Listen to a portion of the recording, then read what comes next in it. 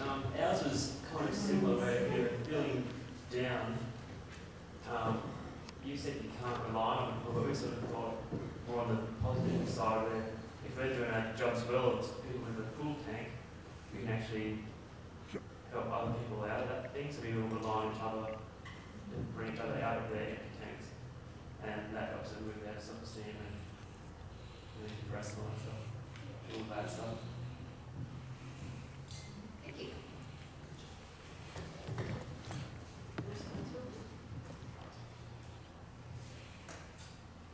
We were just saying when you're empty, you tend to fall into like the performance trap or like the perfectionist trap, or you try do things to seek people's approval, and yeah, all the health things as well. But you try to seek it from other places.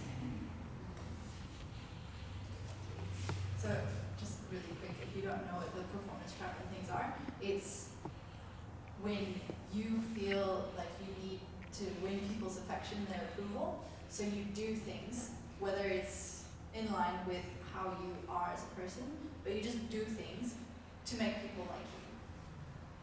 Like if I had friends who smoked and my love tank was so empty that I wanted to win their approval, I would start smoking, even though it's not like me to smoke, just to win somebody's approval.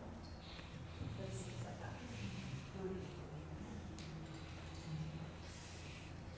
We were talking about all the different things that can happen to you with an empty tank, like if you start to think negative about people and you don't like people, you don't like situations, you lock yourself away, you don't have anything positive to help yourself out of that you get into, and the longer you're in it, the deeper you go, and it's so hard to get out of it.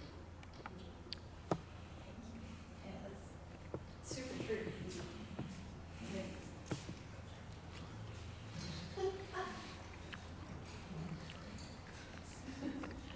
Well, we kind of talked about everything that you guys have talked about, but it doesn't just affect you when your love tank is empty, because then it's like a flow effect.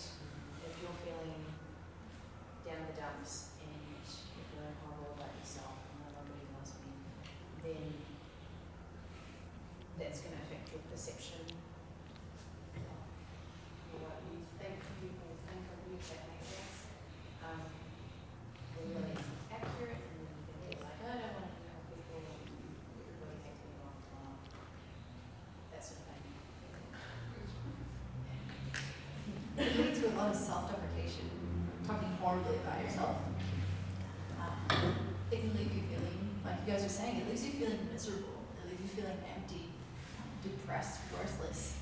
It makes you feel like you've lost your value, if you even felt like you had value to begin with. It makes you feel useless and insignificant or abandoned. When this is still, so I have my greatest fear. When people ask like, oh, what's your greatest fear to get to know you? Mine tends to mellow out the mood really well, really quick, because my greatest fear is abandonment. As a creature who was made to love and to be loved, being abandoned is my biggest fear.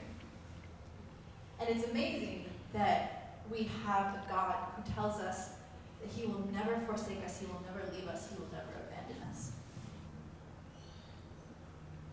Last year, I'll go into a little bit of testimony.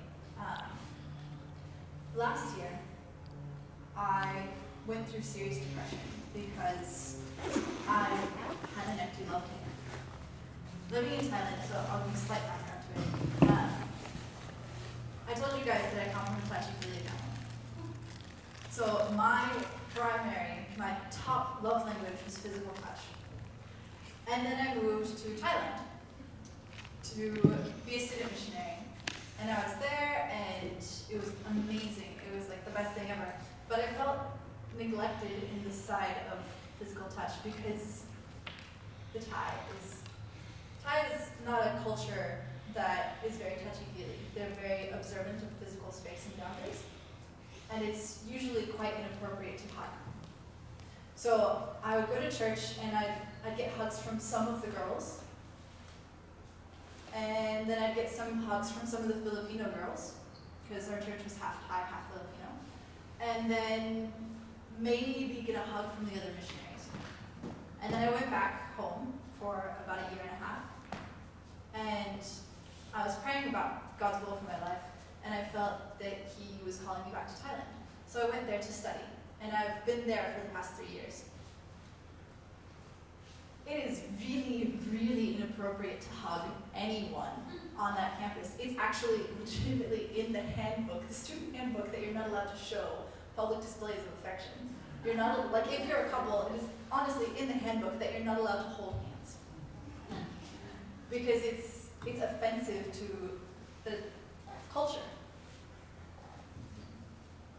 But my primary love language being physical touch, that left me feeling quite empty. Like it slowly depleted my love language, or my love tank rather. So I was exceedingly grateful for my friends who were from Africa, because Africa is really touchy-feely culture.